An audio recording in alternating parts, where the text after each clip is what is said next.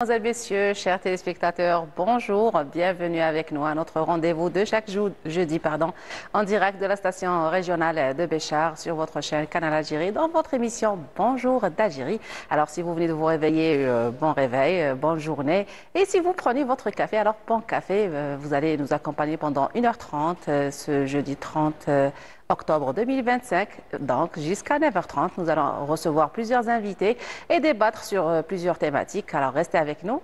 Je vous laisse avec cette chanson choisie par notre script Khadra Abdoun et nous reviendrons pour recevoir notre premier invité. Restez avec nous.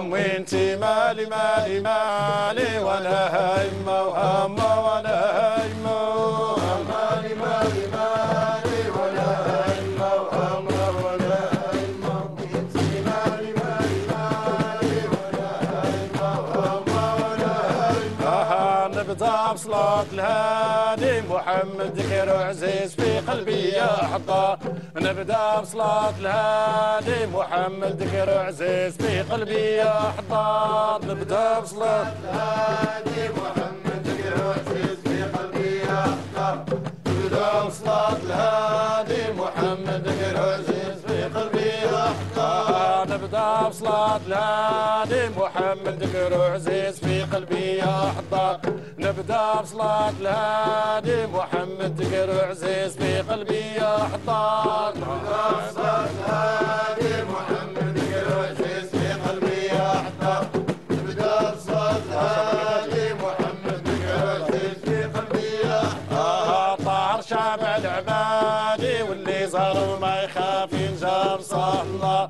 طاهر شافع العبادي واللي زار وما يخاف ينزل صهد النار طاهر شافع العبادي واللي زار وما يخاف ينزل صهد النار طاهر شافع العبادي واللي زار وما يخاف ينزل صهد النار طاهر شافع العبادي واللي زار وما يخاف ينزل صهد النار طاهر شافع العبادي واللي زار وما يخاف ينزل صهد النار طاهر شافع العبادي واللي زار وما يخاف ينزل صهد النار طاهر شافع العبادي واللي زار وما يخاف ينزل صهد النار يا موسكم لسعادي سقم لي سعدي نعود حتى انا من الخيار يا موسكم لسعادي سقم لي سعدي نعود حتى انا من الخيار يا موسكم لسعادي سقم لي سعدي نعود حتى انا من الخيار يا موسكم لسعادي سقم لي سعدي نعود حتى انا من الخيار يا موسكم لسعادي سقم لي سعدي نعود حتى انا من الخيار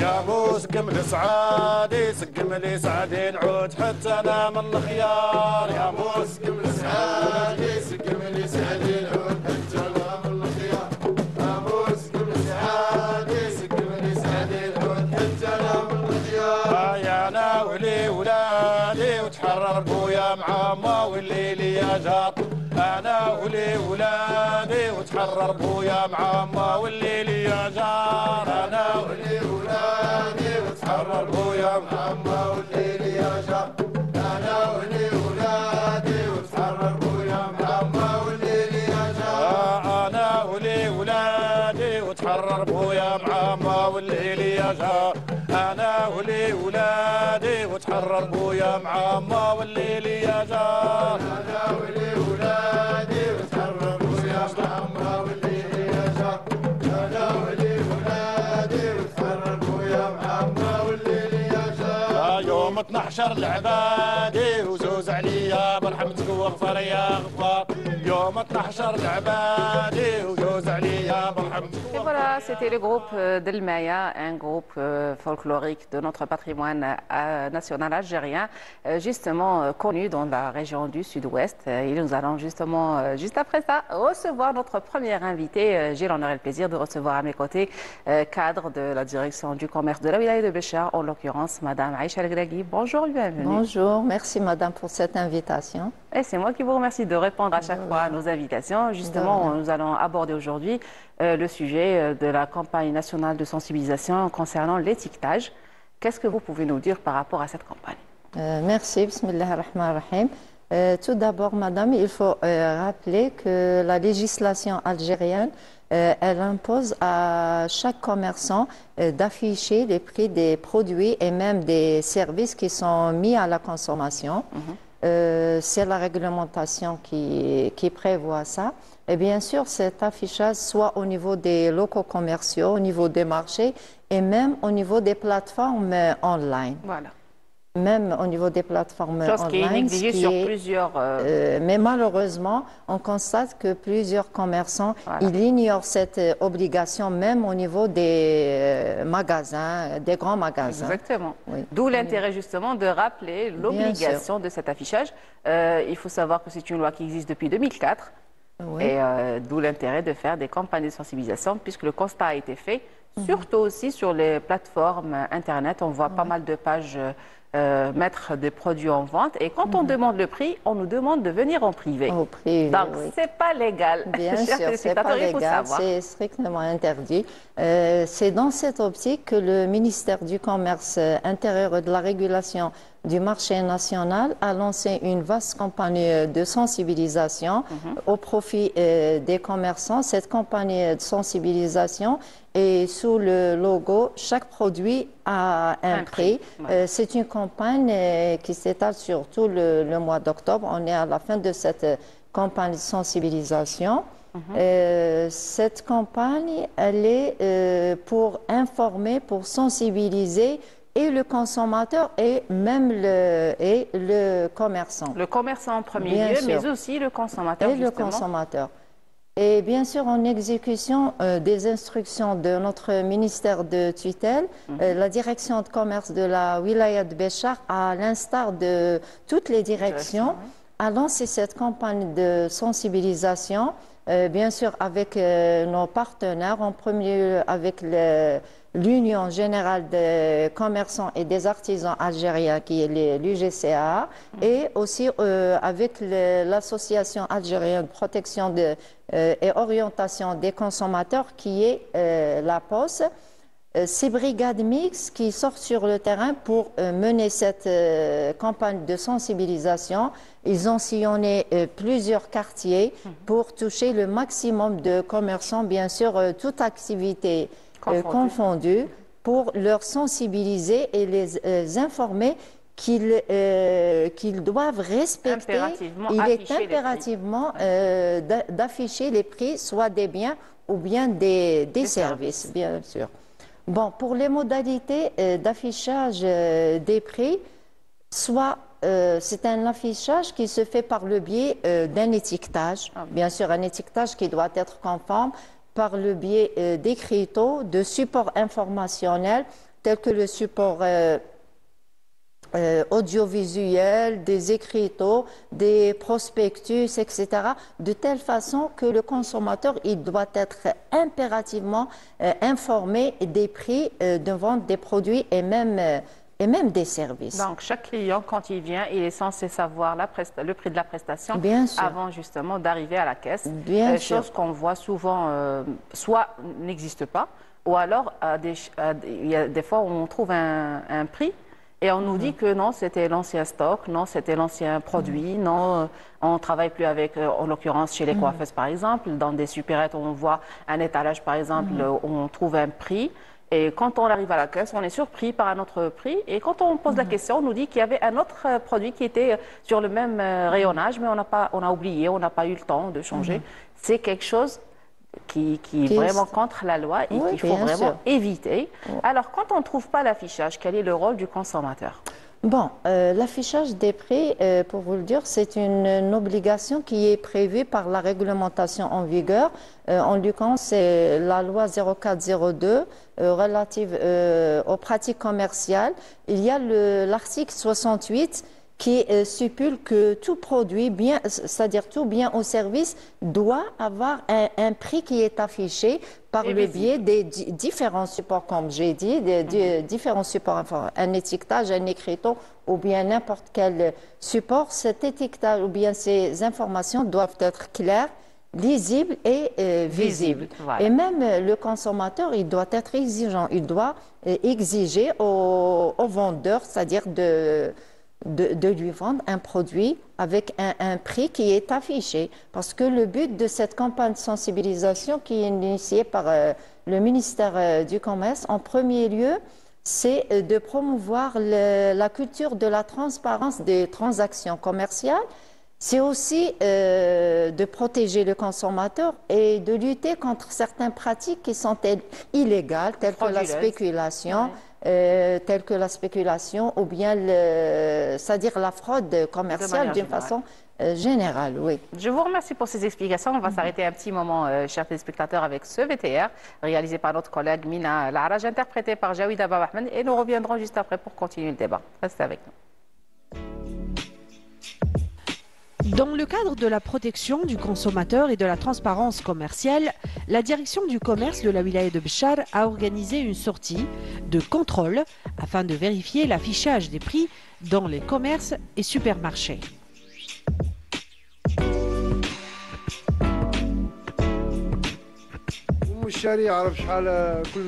Le client doit savoir le prix de chaque produit. Le poulet, la dinde, la viande, c'est plus pratique avec l'étiquetage. Nous avons même installé cet appareil qui est le TPE pour le paiement électronique par Dahabia ou carte bancaire pour faciliter l'achat aux clients. Chaque produit a son prix affiché. Il nous donne à la fin un ticket où tout est affiché. Cette opération vise à s'assurer du respect de la réglementation en vigueur, à sensibiliser les commerçants à l'importance de l'étiquetage clair et à garantir aux consommateurs le droit à l'information sur les produits qu'il achète. Notre but, c'est de renforcer les opérations commerciales et d'ensolider la confiance entre le commerçant et le client. L'affichage des prix, c'est un droit du client et un devoir légitime du commerçant. L'affichage des prix constitue en effet un élément essentiel de confiance entre le vendeur et le client, tout en contribuant à la régulation du marché et à la lutte contre les pratiques frauduleuses. Et voilà, c'était le reportage réalisé par Mina Laraj, interprété par Jawida Baba Ahmed. On a vu les équipes sur terrain travailler en direct avec les commerçants pour les sensibiliser. Est-ce qu'il y a eu des points, des anomalies relevées lors de ces campagnes de sensibilisation? Oui, bien sûr. Lors de ces campagnes de sensibilisation, il y a plusieurs infractions qui ont été constatées sur le terrain, soit le défaut d'affichage des prix qui est prévu par la réglementation. C'est un défaut d'affichage des prix. Il est soldé par des sanctions. Il est soldé par des sanctions qui sont prévues par la réglementation en vigueur en matière de pratiques commerciales. Il y a qu'est-ce que ça engendre justement? J'aimerais bien savoir, voilà, quand on fait défaut. Les mesures qui sont prévues par la réglementation en vigueur peuvent être des mesures, c'est-à-dire conservatrices, une saisie, et ça peut aller même à des mesures qui sont répressives, c'est-à-dire des poursuites judiciaires ou bien prononcer des mesures de fermeture de l'établissement, etc. Bon, lors de ces campagnes de sensibilisation, parmi les infractions qui ont été constatées par les brigades sur le terrain, soit le défaut d'affichage, carrément, oui, ou bien un affichage, mais qui n'est pas conforme à à ce que la réglementation, elle prévoit. Parce que l'affichage, il doit être visible, il doit être lisible et même clair, c'est-à-dire clair. Et cet affichage, soit il se fait par le biais d'un étiquetage, c'est-à-dire une étiquette. Cette étiquette, elle doit porter le prix du produit ou bien du service, soit à l'aide d'écriteaux ou bien par des supports informationnels. Ce support informationnel, il peut être un support audiovisuel, par des prospectus, par des brochures, etc. De telle façon que l'information au consommateur doit être faite par le biais des différents supports informationnels qui est c'est-à-dire exigé par la loi en vigueur. Parce que l'affichage des prix, c'est une protection non seulement le consommateur, mais même à l'opérateur économique. Parce que l'opérateur qui respecte la loi, c'est quand même, il tisse des relations avec, parce que le client et le consommateur, il y a un contrat mutuel, commerçant et client. Absolument. Ils tissent une relation, c'est-à-dire de confiance. En premier lieu, de transparence, de confiance. Il essaie de faire une image de son entreprise ou bien de son établissement sur le marché.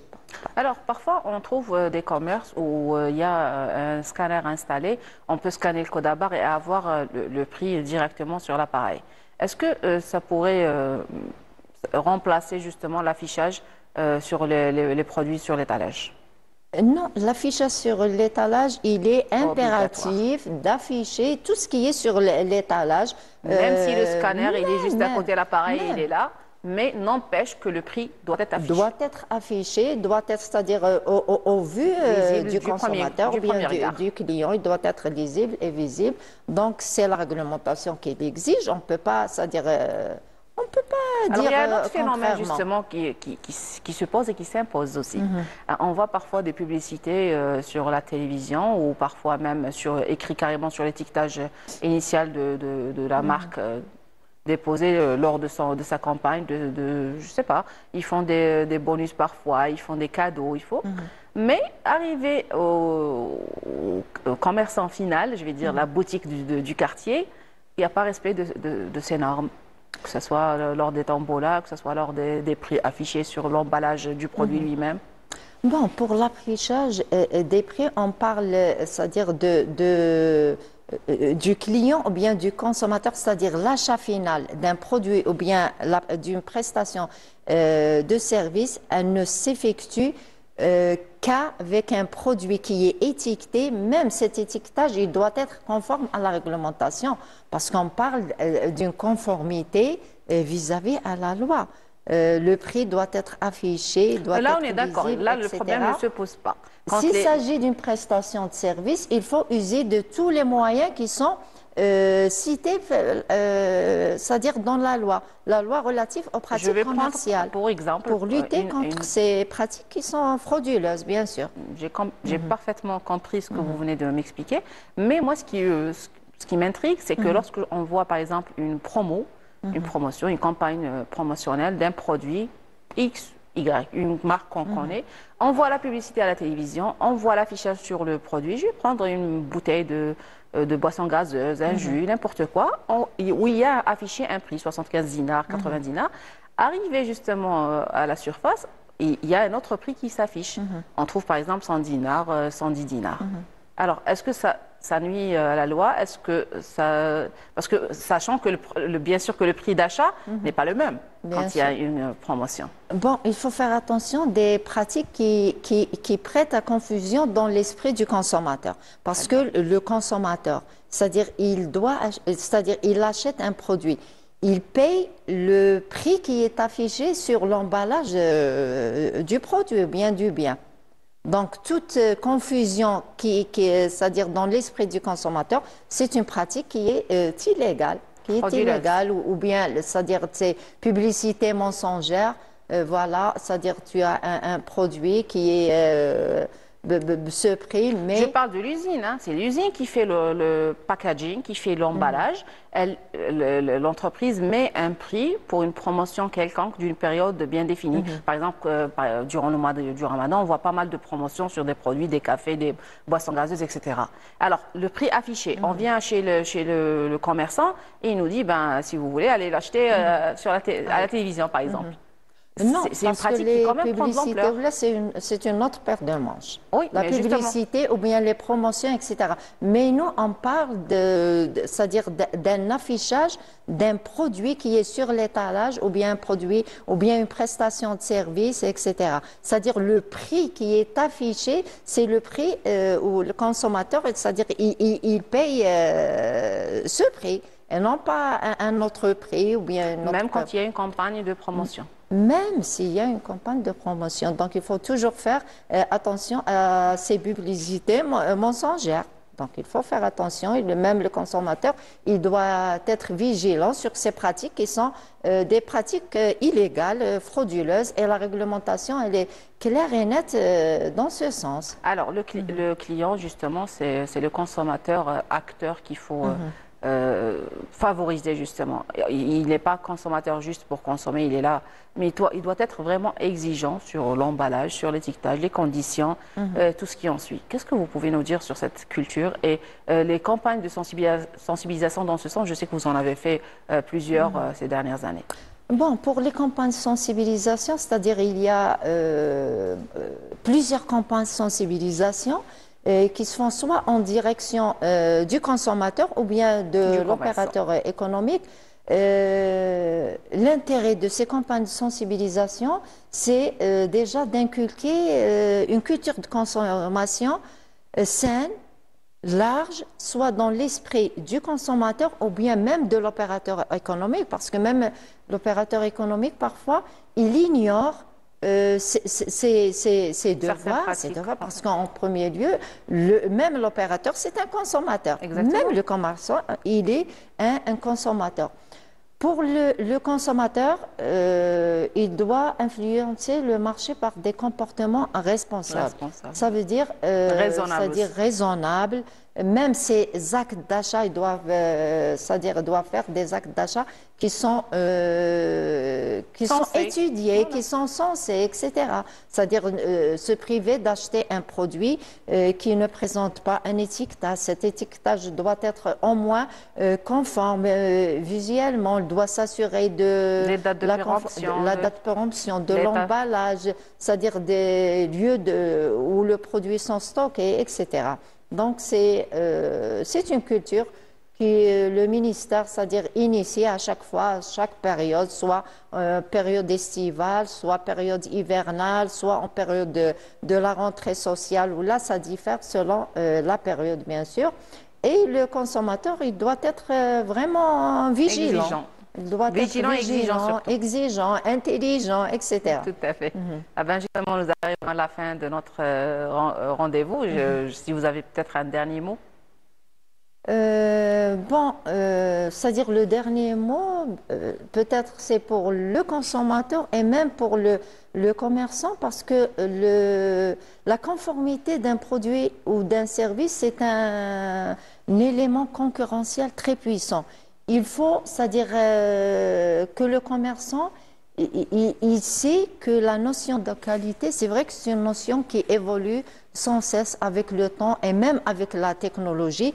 Il faut être en parallèle avec la technologie, c'est-à-dire mettre à la vente un produit qui est conforme, mettre à la vente un produit de qualité, parce que la qualité, c'est une entité qu'on peut réaliser, qu'on peut la mesurer et on peut en profiter. On peut en profiter parce qu'un opérateur qui met à la consommation un produit de qualité, c'est-à-dire il peut en profiter de cette notion de qualité. Il peut faire son image dans le marché, il peut avoir une clientèle fidèle, etc.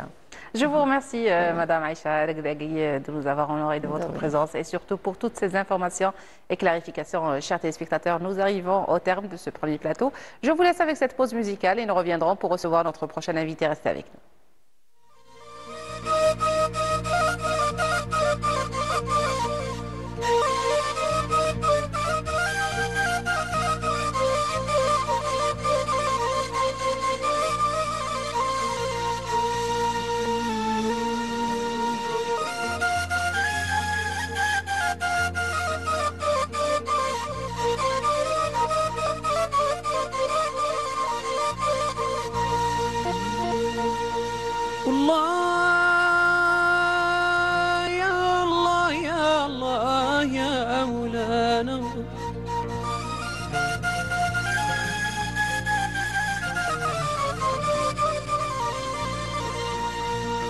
الله يا مولانا ويا الله انت اللي فيك رجعنا يا الله.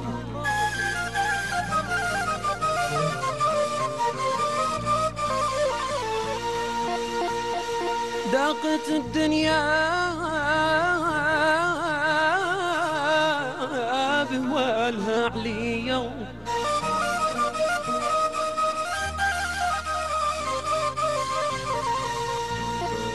وغياب حبيبي رسول الله عليا ما عاد جاني في النوم يا الله.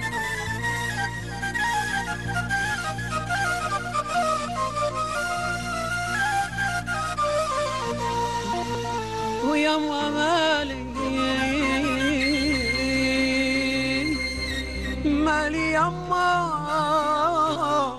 مالي مالي عند علي يما مالي مالي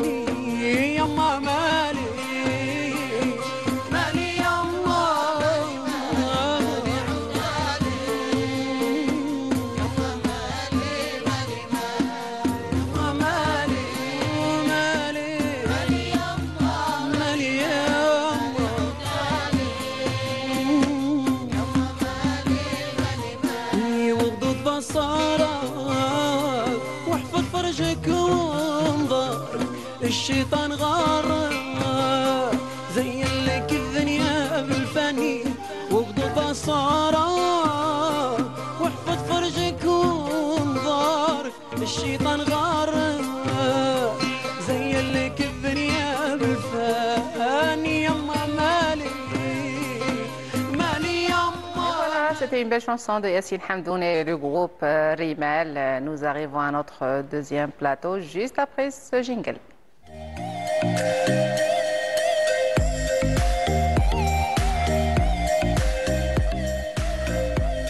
L'invité de cette matinale, c'est Dr Boukhada Smahia. Bonjour, bienvenue. Bonjour et je vous remercie pour l'invitation, bien sûr. Ah ben, ravi de C'est toujours un plaisir de vous voir. partager. Ravi de vous accueillir justement ce matin pour parler de la campagne de sensibilisation du dépistage précoce qui s'est tenu tout au long de ce mois d'octobre rose. Qu'est-ce que vous avez fait, surtout en collaboration avec la télévision?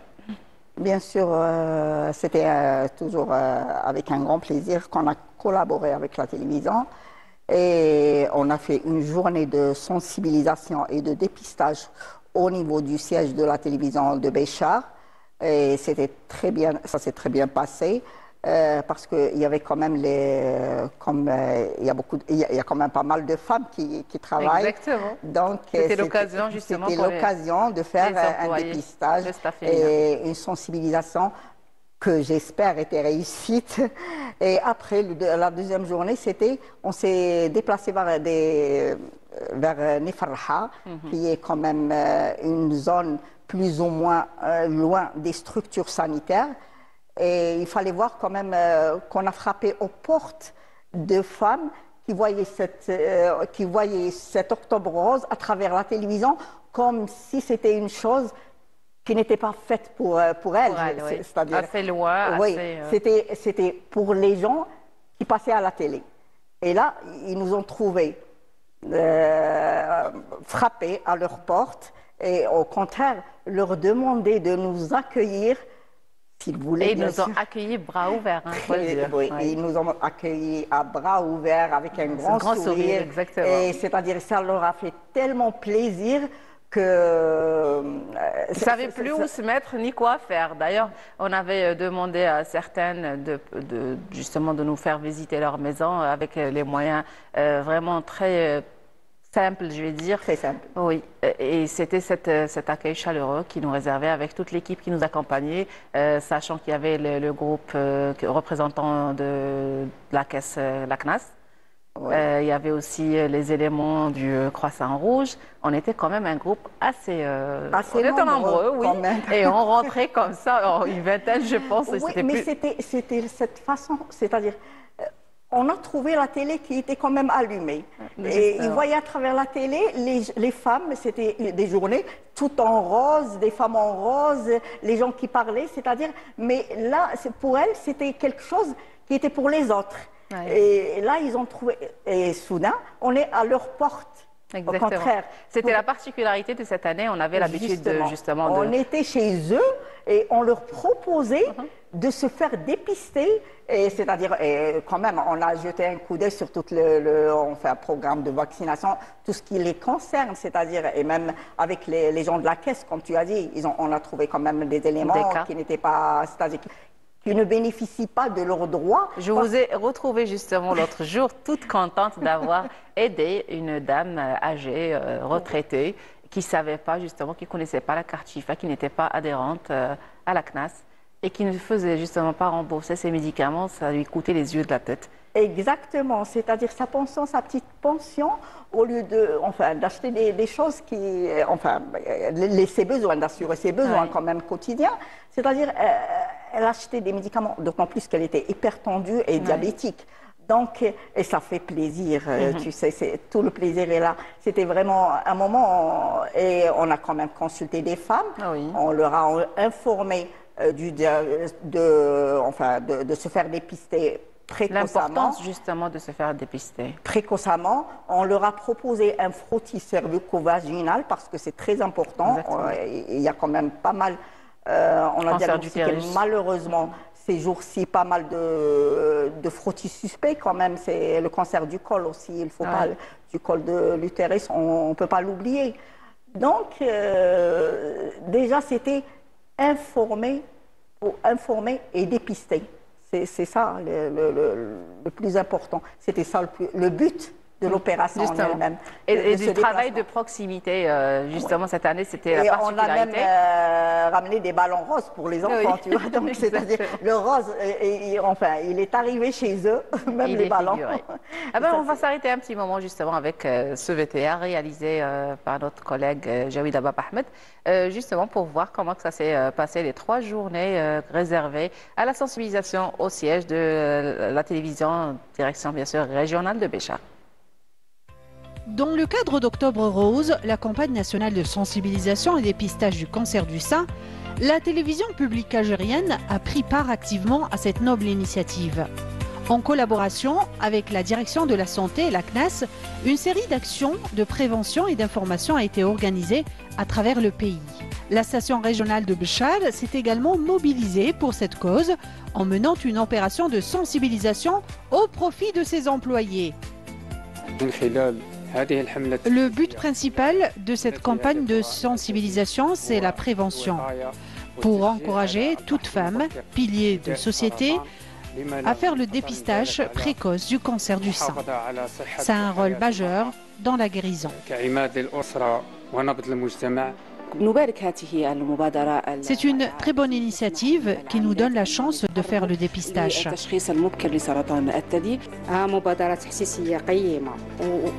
C'est une initiative de sensibilisation de grande valeur. J'espère qu'elle soit régulière. À travers cette démarche, la télévision régionale réaffirme son engagement social et son rôle de service public, non seulement en informant les citoyens, mais aussi en veillant à la santé de son propre personnel. La santé est très chère. Quand on parle de dépister chaque année, c'est le minimum pour la garder. Le stress est la cause majeure des cancers.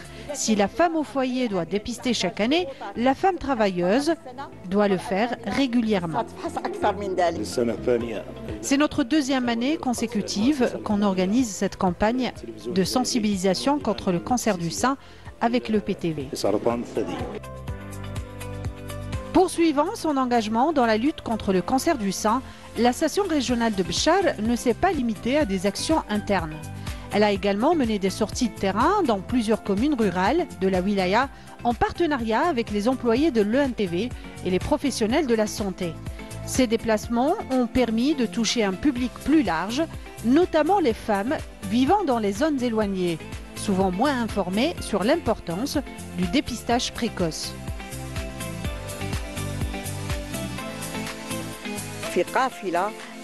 Nous avons eu beaucoup d'appréciation durant cette caravane de sensibilisation.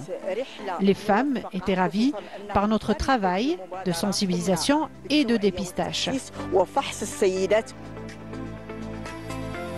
Une belle illustration de solidarité et de responsabilité collective face à un enjeu de santé majeur. تستهدف هذه المبادرة اللي قدمها التلفزيون الجزائري وبالتنسيق مع الهلال الأحمر الجزائري ومدير. Nous, les membres du Croissant Rouge algérien, saluons cette collaboration avec le PTV qui vise à sensibiliser un max de femmes sur l'importance du dépistage précoce du cancer du sein. Le travail du bénévolat est un vrai travail de partage. À travers ces initiatives, la télévision publique démontre qu'elle n'est pas seulement un média d'information, mais aussi un acteur social de proximité au service de la sensibilisation, de la prévention et du bien-être des citoyens. Et voilà, c'était un petit aperçu sur le déroulement de cette campagne de sensibilisation qui a touché les gens à l'intérieur comme à l'extérieur de la ville de Béchar. Je reviens vers vous, docteur. Vous vous activez au niveau de la polyclinique Mohamed Sessi en plein centre-ville. Vous avez contact toujours avec les patientes et vous êtes toujours sur terrain.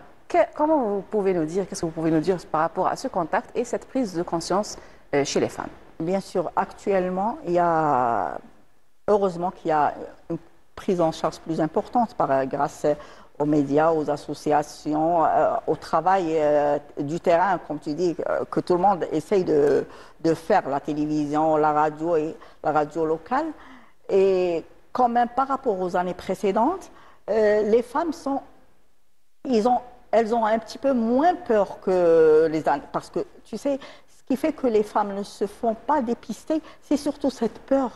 c'est la peur de leur dire, de leur annoncer que vous avez quelque chose. Oui. Même si c'est la majorité du temps, on leur explique que c'est pas toujours un cancer malin. On peut avoir juste un adénofibrome, on peut avoir, c'est-à-dire n'importe quel problème sur autre du sein. chose, voilà. Oui, mais l'essentiel, c'est que ce dépistage en lui-même, même si on a un cancer dépisté Ça évite le pire. précocement, c'est mieux que de ne pas le savoir parce que les chances de guérir à 100% sont meilleures. C'est-à-dire quand il y a un dépistage précoce et le cancer est découvert à moins d'1 centimètre, c'est-à-dire le traitement, il est moins difficile, le traitement, il est moins long, il est moins pénible, il est moins coûteux et la malade, elle guérit. Il y a une guérison à 100%. Et c'est ça, on insiste sur ça, surtout, on insiste avec les... enfin, c'est pour dire aux femmes, si vous faites dépister précocement, et j'insiste sur le dépistage précoce, c'est-à-dire que vous avez plus de chances de guérir et de continuer votre vie le plus normalement possible. C'est le message qu'on fait passer. Parce que tu sais, c'est pas facile de dire à une femme que vous avez un cancer.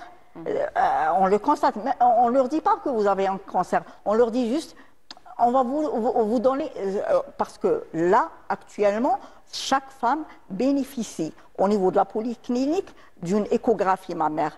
Et si on suspecte quelque chose, on lui dit de faire une mammographie. Alors là, la femme, elle est perturbée. Oui. Alors, et si on passe à la microbiopsie, c'est encore pire. Oui. Tu vois, c'est-à-dire chaque étape, et c'est pour ça qu'il y a toujours un accompagnement psychologique de la patiente.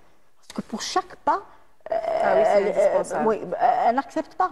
Il y a des femmes qu'on n'arrive pas...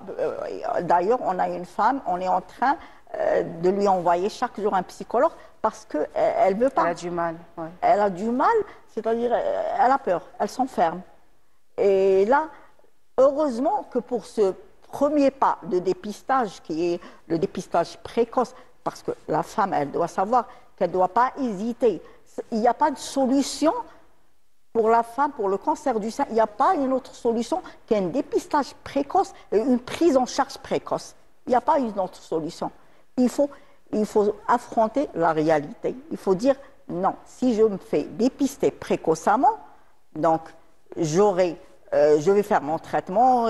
C'est vrai qu'il y a la chirurgie, on propose. Parfois, on n'arrive pas à la mastectomie. On enlève juste la tumeur. Et ça, vraiment, c'est exceptionnel chez nous. Mais ça peut se faire. Pourquoi pas? Il faut juste prendre conscience parce que le dépistage, c'est un moment de conscience. Absolument. Et il faut en profiter. C'est un moment de conscience pour la femme. Justement, la campagne ne se déroule pas uniquement à l'EPSP CSI, mais c'est un peu généralisé sur plusieurs établissements, en l'occurrence 240 lits. On avait eu l'occasion de les recevoir les débuts du mois. Et l'opération était censée s'arrêter le 20 justement octobre. J'avais contacté récemment Dr Bendouda pour assister, pour nous donner un bilan. Et justement, elle dit que voilà, les femmes arrivent encore, donc le bilan n'a pas été arrêté le 20, ils continuent d'ausculter, de voir, de chercher, et du coup, on n'a pas encore le bilan arrêté. Ça veut dire que les femmes ont compris quand même, le message a été reçu par différents médias, différents canaux, mais voilà, la femme comprend qu'elle doit se faire dépister. Exactement, parce que je ne sais pas, c'est la fin du mois que beaucoup de femmes prennent conscience, c'est-à-dire soit qu'elles n'ont pas été informées, soit qu'elles ne savaient pas où ça se passait. Parfois, ça prend un peu de temps pour que l'information circule, mais le but, c'est que... Exactement, parce qu'elles sont plus influencées, c'est-à-dire elles vont faire comme la voisine qui voilà, qui s'est elle va attendre que l'autre fasse la même chose pour voir comment ça s'est déroulé. Donc, elle est influencée. Donc, et l'une encourage l'autre et c'est ça le but. Exactement. Et ça, c'est bien. Donc, le message passe parfois, mais même s'il passe lentement, doucement, mais ça va, il passe. Voilà. On a eu plus de femmes ces derniers jours. Au niveau de la polyclinique CSI, on ne s'arrête pas. Alors, on a pensé à un lundi rose, c'est-à-dire chaque lundi, durant toute l'année, qu'on va faire le dépistage. Voilà. Ça va quand même, c'est une petite campagne Et c'est l'occasion pour les gens qui n'ont pas eu l'occasion justement de se présenter pendant ce mois. Que la femme, et pour que les femmes sachent que ce n'est pas juste le mois d'octobre, parce qu'il y a beaucoup de femmes qui focalisent sur le mois d'octobre. Non, il y a toute l'année. On peut se faire dépister, justement, on leur dit qu'il faut se faire dépister une fois par an chez un professionnel. Il faut faire une échographie une fois par an à partir de 25 ans. Une mammographie une fois par 2 ans à partir de 47 ans. Donc, le message, il faut qu'il passe. Oui. Il faut qu'ils sachent, qu'elles sachent, que les femmes sachent que c'est pas juste. C'est pour ça que je dis, par exemple, moi je me dis, moi c'est mon avril rose. Parce que c'est mon mois de naissance. Donc, chaque femme a son mois de naissance qui va être son mois rose. Et ça, c'est mieux que d'attendre toujours. Et en plus, parfois, on peut pas. Actuellement, on essaye d'assurer une certaine qualité de prise en charge, d'accompagner la patiente. Oui. C'est ça, l'accompagnement, il est très important. Donc, ce n'est pas le nombre qui est plus important. Et on ne peut pas faire tout le monde en l'espace d'un mois.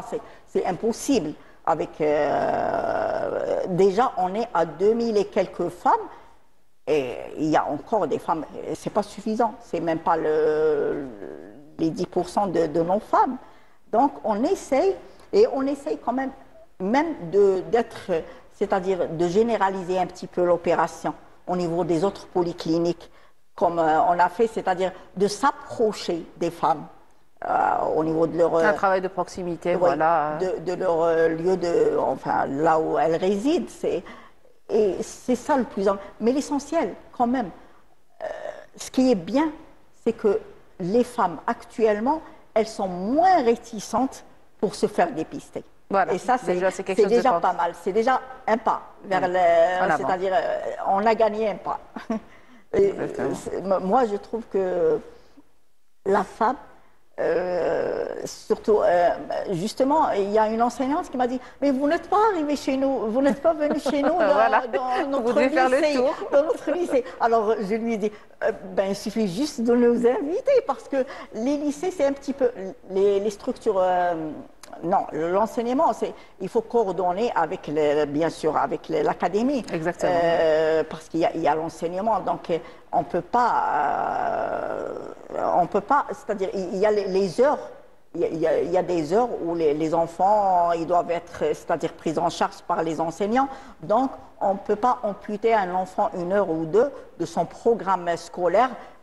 Donc il faut collaborer justement que ce soit une collaboration. Voilà. Et ça, déjà, je te dis, comme les gens demandent, et ça c'est un pas, c'est ce qui fait plaisir. Donc on est vraiment plein dedans dans le travail de proximité, justement, et c'est ça le plus important. De sensibilisation, la sensibilisation, c'est un travail qui est très difficile. À longueur d'année d'ailleurs. À longueur d'année. Et puis d'ailleurs, on va quitter Octobre Rose pour aller vers Novembre Bleu.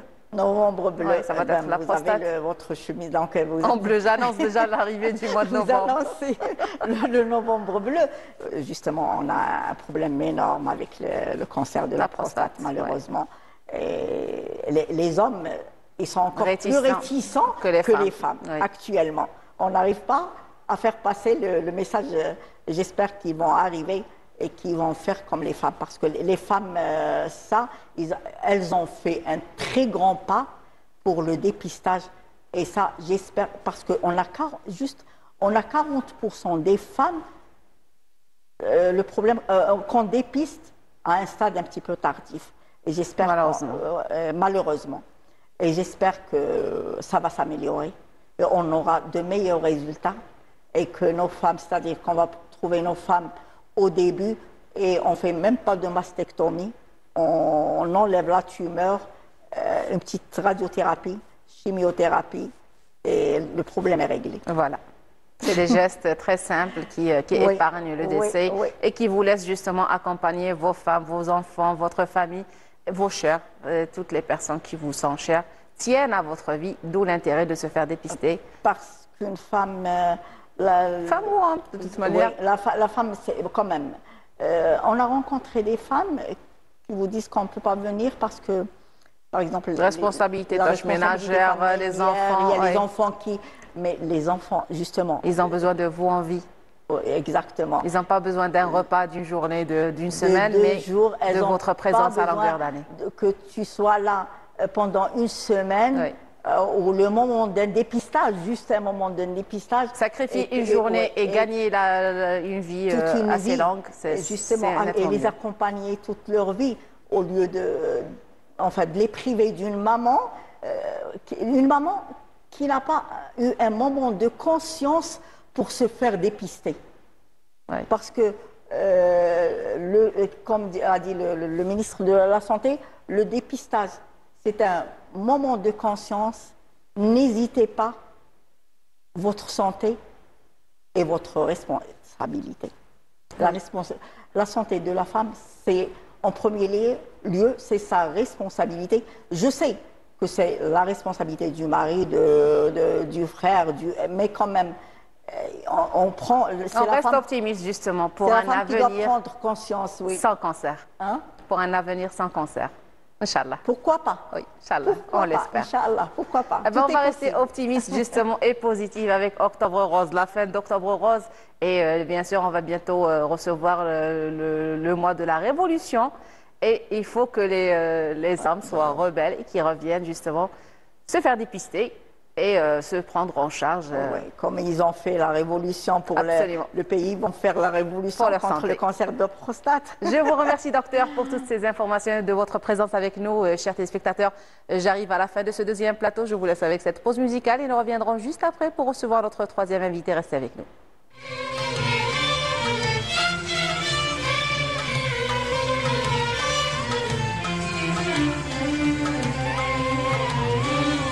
خديجة عشق جنون في تالي العمر هاد ليا خديجة عشق جنون في تالي العمر هاد ليا حديث بكلام مفهوم في التليفون قال ليا حديث بكلام مفهوم في التليفون قال ليا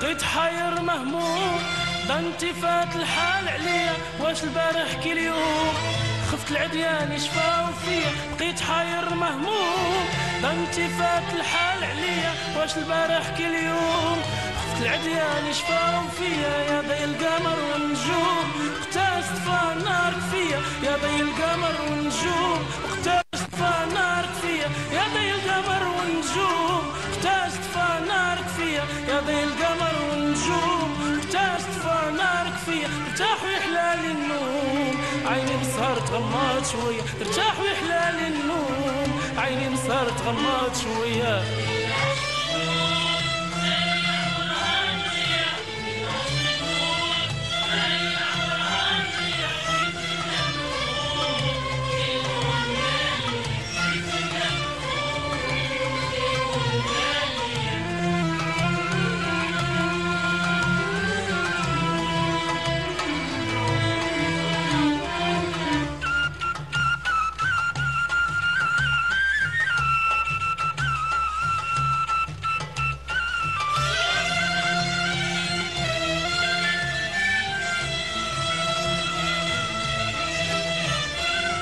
حبك في القلب معلوم دهور حالي سبب وانتيا من الملقى محروم مت وحيت ما علمتي بيا حبك في القلب معلوم دهور حالي سبب وانتيا من الملقى محروم مت وحيت ما علمتي بيا إلا عرفت حق المظلوم فقيه حنيت براد لكيا إلا عرفت حق المظلوم فقيه حنيت براد لكيا إلا عرفت حق المظلوم فقيه حنيت براد لكيا تبعت كلام القوم ربي الحنين وكيل عليا تبعت كلام القوم ربي الحنين وكيل عليا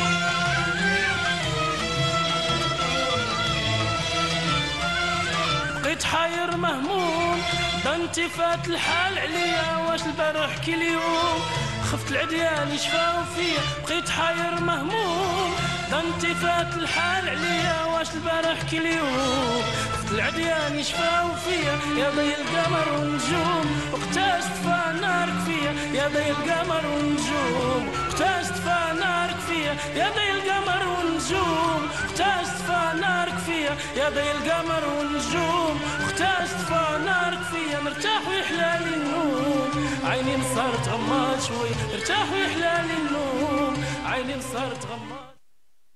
Et voilà, c'était une pause musicale. Nous sommes toujours avec vous en direct de la station régionale de Béchar. Si vous venez de nous rejoindre, alors bonjour, bienvenue. Nous sommes toujours avec vous sur Canal Algérie, émission Bonjour d'Algérie. Et nous arrivons à notre troisième plateau. Bien sûr, je vais recevoir une invitée qui représente la femme rurale. Bonjour, bienvenue Jamila.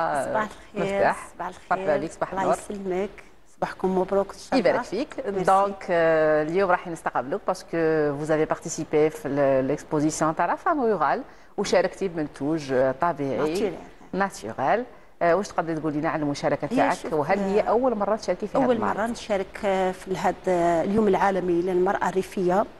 كانت مشاركه يعني استفدنا منها انا كما نقولوا كمؤسسه ناشئه في صناعه المواد الطبيعيه. والابحاث في واحد الفلور اللي هي الزعفر اللي كان يعني موروث ثقافي. علاش يعني خيرت يعني من بين هذا راح نقول لك علاه الزعفر من بين لي كوسميتيكا يعني من بين المواد التجميل الطبيعيه رحت في الجانب هذا في هذا الكروار تاع هذه الفلور هذه. الفلور هذه هو موروث ثقافي يعني حاجه تراديسيون من وقت جدودنا وناتشورال. نستعملوها في الافراح في كانت حاجه تاع فرحه نستعملوا هذه الفلور هذه. لهذا يعني ما بغيتش هذه الفلور هذه تروح كيما هكذا يعني منها نعرفوا بالمنتوج نتاعنا ومنها نعرفوا بالاصاله نتاع الود الثوره. الوغ ديجا الزعفر يشبه الزعفران. حنا نقولوا له الشكل تاع الورده يعطيك الصحه.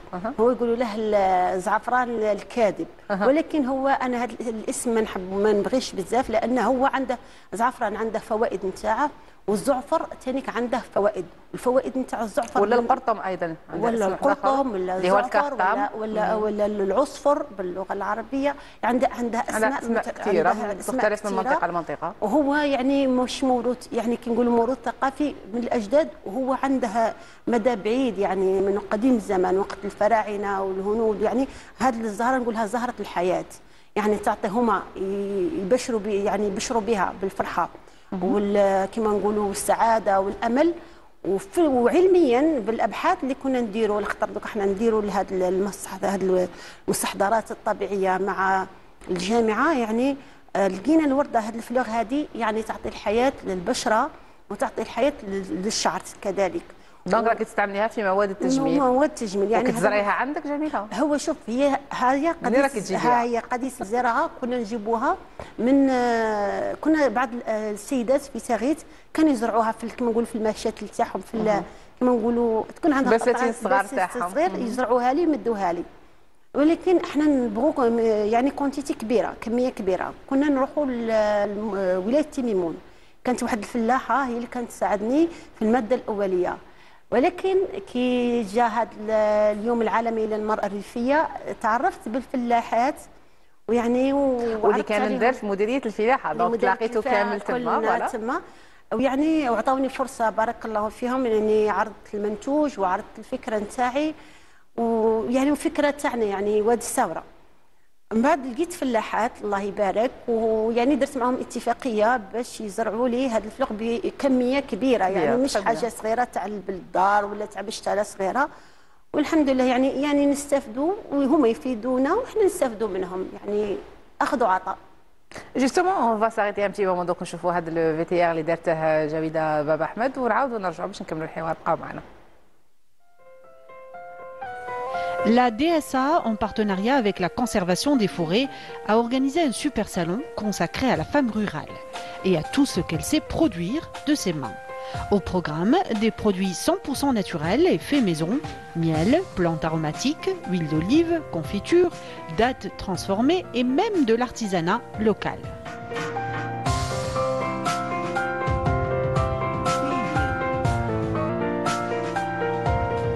المراه Je travaille beaucoup avec le safran que produisent les femmes dans leur jardin. C'est plus naturel et très bénéfique pour la peau et les cheveux.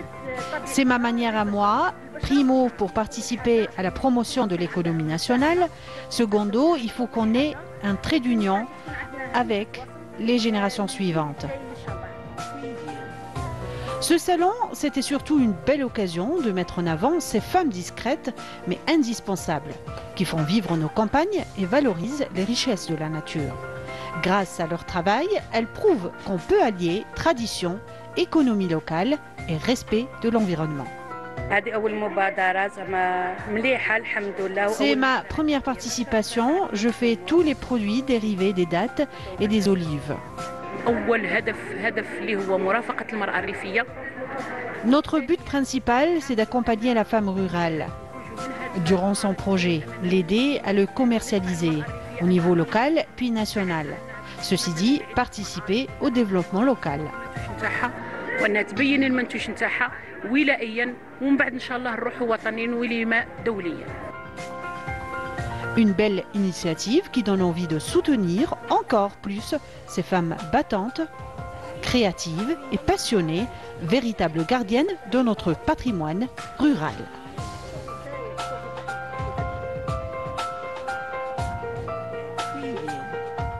Voilà, donc on a vu la femme rurale et son apport économique à partir de matières premières naturelles bio. Alors جميلة ما كنتيش وحدك في هذا المعرض، كانوا نساء كثيرات، نساء ريفيات كانوا بزاف. أول حاجة كان الجانب الكوسميتيك، يعني الناس اللي رجعت للتجميل الطبيعي، خلاص خرجنا من التجميل تاع الاصطناعي. كانوا ثانيك معنا تاع التمور، كانوا معنا تشمع النحل، تشمع النحل، العسل والديريفي تاعها. كانوا عندنا اللي عندهم مشاتي صغار، اللي كانوا عندهم جايبين يعني كانت فرصه للالتقاء، كان متعدد يعني. وكانوا سيدات اللي كانوا يخدموا الطعام، يعني كاع الحاجه اللي هي تخدمها السيده في دارها ودارت عليها يعني كما نقولوا مؤسسه ناشئه في البيت او في الخارج، كاع كانوا حاضرين معنا في هذا اليوم العالمي للمراه الريفيه. عندك كثير من المواد التجميليه اللي اباز دو ماتيير بروميير ناتشورال جوستومون، شو من اهم الاشياء اللي تصنعيهم؟ على بالي عندك الصابون. عندنا شوف، عندنا احنا نخدموا كاع بالمواد الطبيعيه، كما الحنه، كما عندنا زيت الحنه، عندنا الصابون، عندنا كريمات تاع الشعر، عندنا شامبوان، عندنا حتى بارفان من هذه الفلاغ هذه. يعني عندنا يعني دونك ديجا غير من الزعفر عندك شحال من حاجه؟ غير من الزعفر عندنا تقريبا عندنا غام يعني كامله وشامله، يعني السيده كي تديها يعني تدي لاكام يعني كلها. وفاش ينفع؟ كون نقول لك باغ اكزومبل شامبون ولا صابون بالزعفر واش يدير؟ كيما هذه زيت الزعفر، هذه مليحه. اول حاجه البصيله تاع الشعر تجددها، يعني تعطيها حيويه، تعاود ترجعها تخدم من جديد، تنشطها. دونك الناس اللي عندهم تساقط شعر ينفعها. الناس اللي عندهم اللي فوقش بزاف في الاطراف يعني في لي بو مليحه لهم، يعني تنقص من هذاك التقصف تاع الشعر. تخلي الشعره تحافظ على الشعره على رطوبه الهيدراتاسيون تاعها، فوالا تخلي الرطوبه تاعها تحافظ عليها. عندها كما نقولوا شعره شاحبه، كما الدراري الصغار دائما نلقاو شعرهم في القدام شغل ثار هكا، يشغل تعطي تبلاطي ميم تبلاطي ترجع لها الحيويه. يشغل كيراتين ناتورال اللي صبر معاها، اللي ما نقولوا استعمال يومي، تعطيه كيراتين ناتورال، تعاود ترجع له الكيراتين تاعه الطبيعي. نعم، يعني بدل من الكيراتين الاصطناعي يضر الجلد تاع الراس. كاين اللي عنده حساسيه، شوفي كاين اللي يدير كيراتين نورمال ما عندوش حساسيه في الفروه الشعر، وكاين اللي يدير غير برودوي صغير شغل يعني يضره، كما نقولوا احنا يفسد له الفروه تاع الشعر، ولا يفسد له شعره، ولا يفسد له لابو تاعه، يعني يرجع عنده حساسيه في الوجه نتاعه. هذا هضرنا دروك على فروه الراس والصابون. هذاك واش دابا اللي راه هذه كيما هذه الطين نتاع الزعفر، يعني كيف شغل الغسول، هذا استعمال تاع هذا واش يحيي البشره من جديد. كيما باغ اكزومبل نديروها ماسك. ايوا ماسك باغ اكزومبل، واحد عنده كيما نقولوا راح للبحر، عندهم هذيك التصبغات هذيك تاع البشره تاع السمش وكاع، هذا يعني يعاود يعطي البشره، يعطيها يكلفسيها يشرق من جديد، يبدا ينقص لها هذيك اللي كما نقولوا الصهده تاع الشمس هايا، يعطيها نضاره مليح. ويستعمل كان نقول لهم ثاني عندك فرح، يعني بغيتي تروحي للفرح وما كاينش موجده روحك وما رحتيش يعني تسقدي الوجه تاعك، يعني تستعمليها رابيدمون في الساعه، تبلاصيها في الوجه، عندك واحد 45 دقيقه تغسليها، بعد موراها مباشره ديري الماكياج تاعك. ريزولتا انستونطاني يعطيك الصحه، تمتص زيوت التعب نتاع النهار، الزيوت هذيك اللي يكونوا زايدين في البشره، يعني كلهم تمتص، يعطيك بشره كما نقولوا كما البشره تاع البيبي رطبه. بعد موراها ديري المستحضرات تاع التجميل عادي. دونك هادو كامل اباز زعفر القرطبي. والشامبوان كذلك، الشامبوان نعطوه بزاف للدراري باسكو فيه مواد طبيعيه يعني ما تضرش بزاف. انا نقول لهم استعملوه للاطفال نتاعكم، كيما عندك الصابون تستعمله السيده يوميا للوجه نتاعها، يعني ينقص من لي غيد، يعني عن تجربه ينقص لي غيد، ينقص بزاف امور تكون في البشره. وهذو كاع جداتنا كانوا يستعملوهم عاديا. يعني هي مليح انسان كي تكون يعاود يرجع للاصل نتاعها، دائما نبحثوا في الاصل نتاعه، نوجدوا راها طوندونس دروك جميله. الناس ما بقاش تروح للاشياء الاصطناعيه، ولات الناس تحوس على لي غوسيت غومير. رانا نشوفوا في لي ريزو سوسيو غاشي كامل يروح للحاجه الطبيعيه ويكثر عليها الطلب دروك. تذكرت علاش هي شوفي هي كانت كاينه، يعني جداتنا كانوا يعني تلقاي حاجه بين يديك، جدتنا كان يقول لك ما تنفعش ما تضرش وتلقاها بين يديك وشغل عندها تجربه. فهمتيني كي نقول الزعفر ما كاينش اللي ما عرفش الزعفر، حنا صرت في عندنا بنات ما نظنش يعرفوه في واد الثوره كاع. حنا كي ندير المنتوج نتاعي نعرضه يقعدوا يا زعفر، الناس الكبار ما يعرفوا يا زعفر يفرحوا كي يشوفوه، تقول لك انا كنت غير نرميه، علاش ترميه؟ على ما عطيتيش لبناتك، على ما قلتيلوش بناتي ما يبغوش، بناتي ما يعرفوش. بل صح دركا كي رجعنا لهم الثقافه ان برودوي واجد يشوفوه بهذا لومبالاج، بهذا الستيل، بهذا يعني تولي اقبال عليه، هو من الواقع من جداتنا من اصالتنا. جميله، ما عندكش غير الزعفر، عندك منتوجات طبيعيه مختلفه. نعم. وش هي اهم المنتوجات اللي عندك؟ اللي زيت الحنه، عندنا زيت الكركم، زيت الحلبه، زيت لبان الذكر، عندنا منتوجات كثيره طبيعيه ما شاء الله، واللي تكونسييهم للمراه انها تستعملهم في الجيان تاعها. دركا شوفي ولا السيده المراه الراجل الدراري الصغار ولا المنتج ولا عائلي، يعني كي نقول المنتج كي يدخل للبيت العائلي الجميع يستعمله، كاع يستعملوا. يعطيك الصحة جميلة، شكرا لك بهذه المعلومات اللي عطيتيهم لنا. Chers téléspectateurs, nous arrivons à la fin de ce troisième plateau. Je vous laisse avec cette pause musicale et nous reviendrons juste après pour recevoir notre prochain quatrième et dernier invité. Restez avec nous.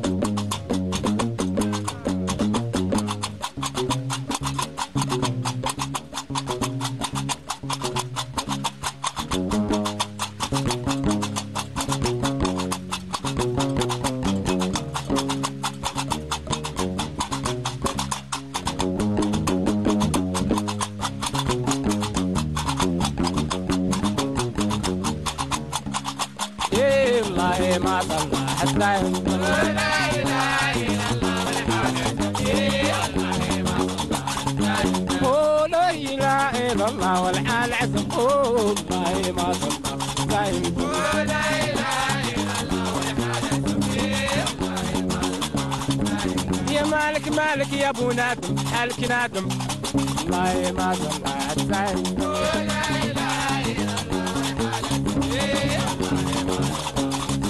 الله، وشحال من عبد يسمنا يدخل جنه، ما فرض ولا سنه ربي محال.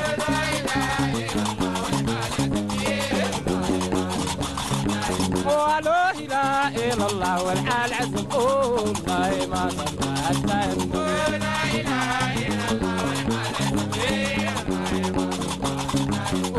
لا إله إلا الله، لا إله إلا الله، يا محمد رسول الله،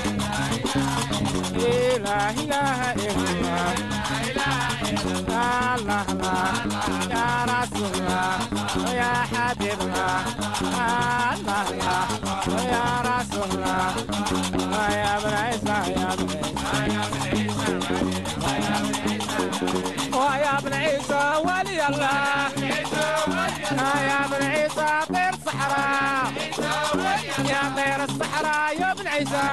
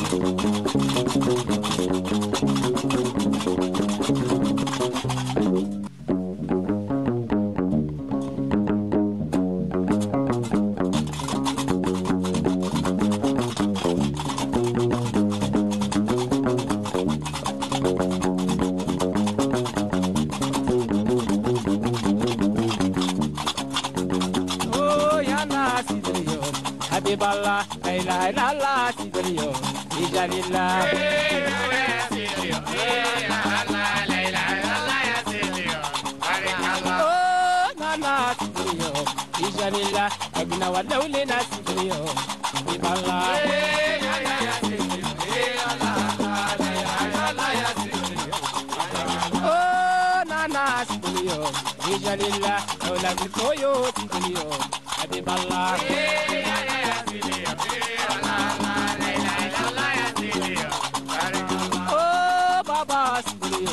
رجال الله يبقى بخارة سيد اليوم حبيب الله يا سيدي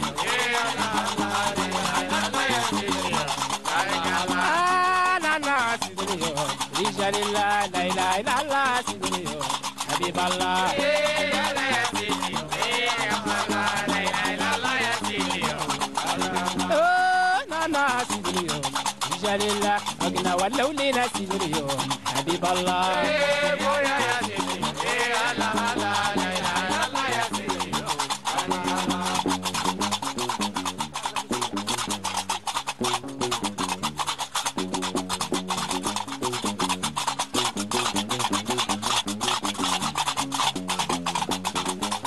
Une musique bien rythmée. Nous sommes toujours avec vous, chers téléspectateurs, en direct de la station régionale de Béchar.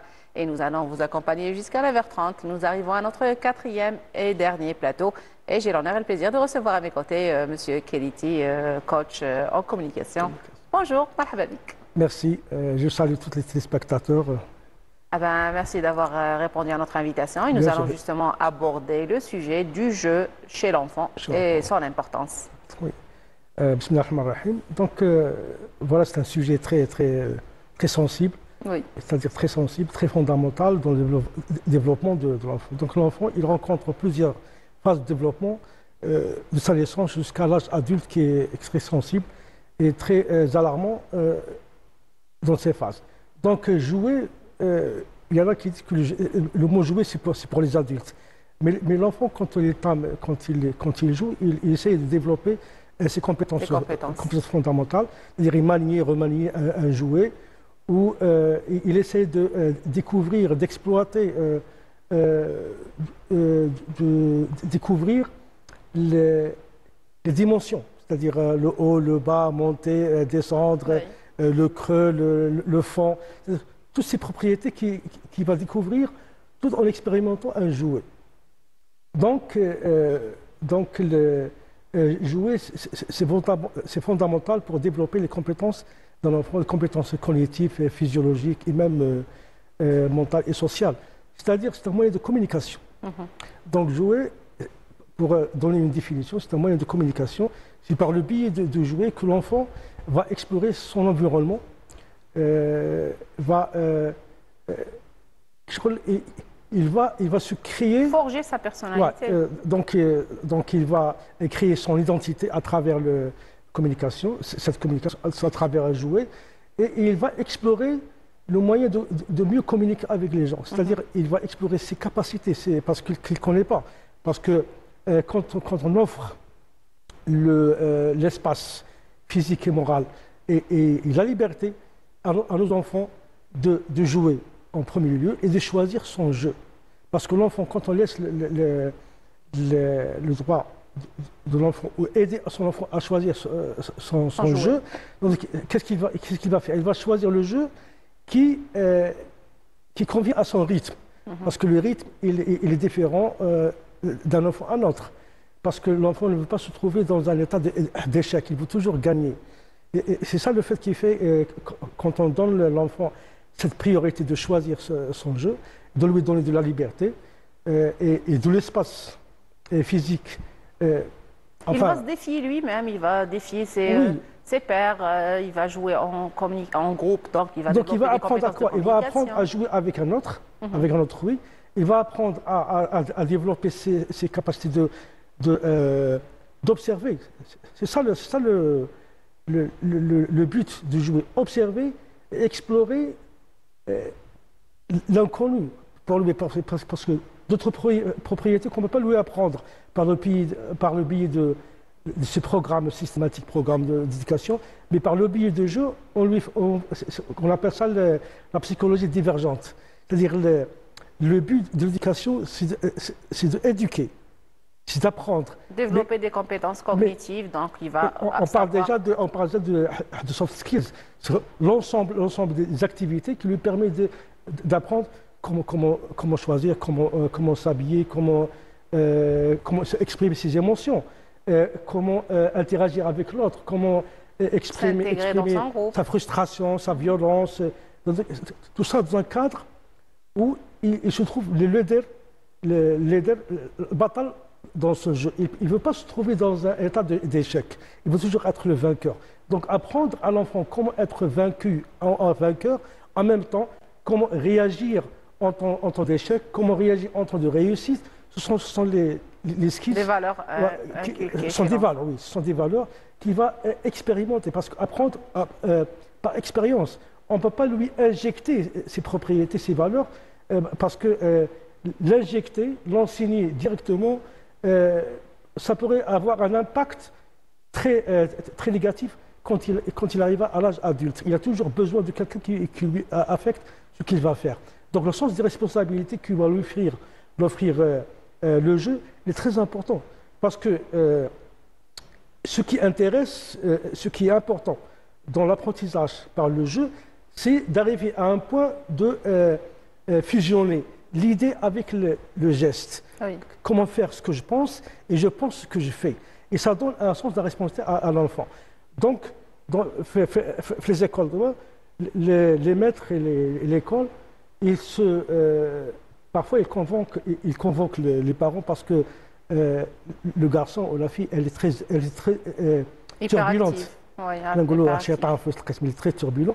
Mais ce qui interprète cela, c'est qu'on n'a pas eu cette capacité de faire entreprendre ce potentiel de l'enfant.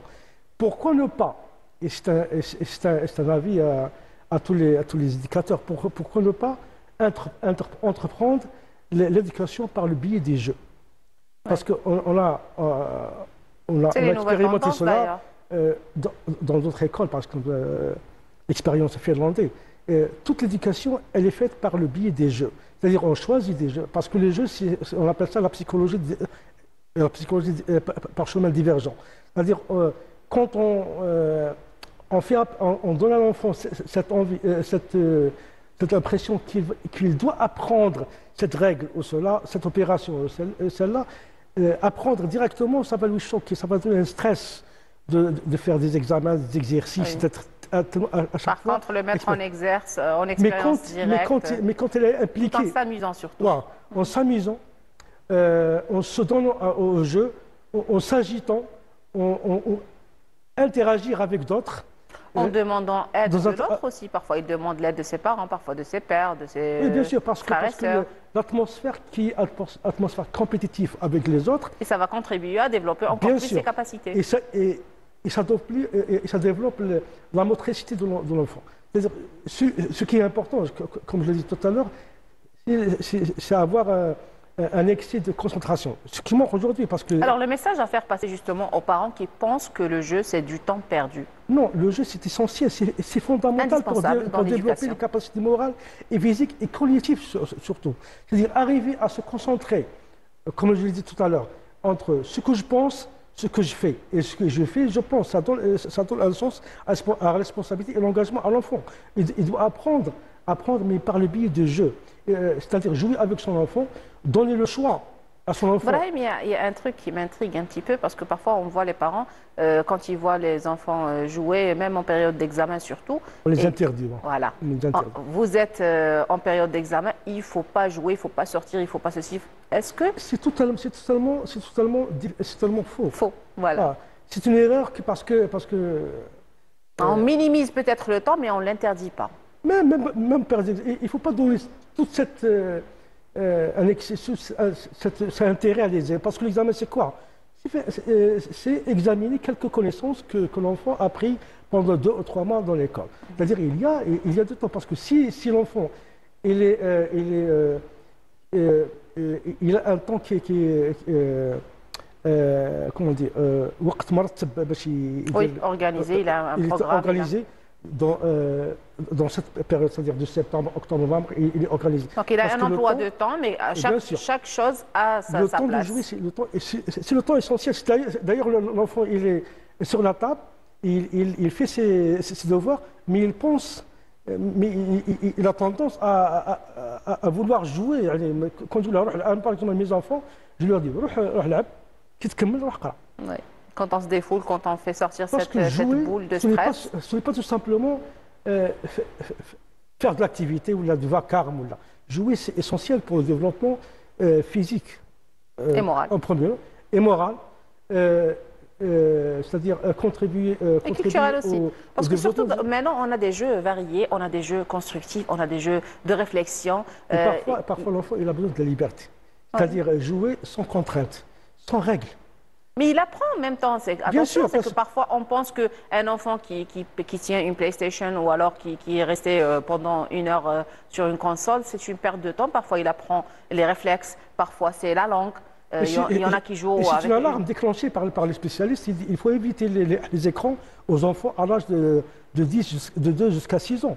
Oui. Parce que l'enfant a besoin de se créer ce monde d'activité dans un espace ouvert, où il y a de l'oxygène, où il y a des enfants qui se croisent, il y a des enfants par là, chaque groupe... Oui, mais chaque chose a son temps. Par exemple, un enfant de 10 ans, quand il commence à apprendre une langue étrangère et qui se retrouve sur une console à discuter avec ses pairs, par exemple, de différents continents, voilà, il commence à améliorer son langage, sa langue... Ici, c'est interagir son relationnel. Le rôle des parents. Qui participent à l'activité des enfants, c'est-à-dire, il ne suffit pas comment dire, de donner libre cours à l'enfant de faire ce qu'il veut quand il veut. Je veux dire, il ne suffit pas de faire c'est-à-dire mais gâter, c'est pas l'enfant gâté qu'on cherche. Il faut s'impliquer. Oui. Et il faut être impliqué, participer à cette éducation, aux jeunes garder un droit de regard et de les aider à choisir et de ne pas fournir des solutions directes, mais de l'aider à trouver des solutions. C'est-à-dire quand on est en train d'activiser un puzzle par exemple ou une activité qui est complexe il faut le laisser réfléchir, c'est-à-dire lui donner cette capacité de développer sa réflexion et des capacités cognitives chez l'enfant, c'est de réfléchir, l'outil de réflexion. On n'est pas là tout le temps avec nos enfants pour leur donner des solutions préapportées. Mais l'idée à se développer à travers les jeux qu'il va choisir lui-même.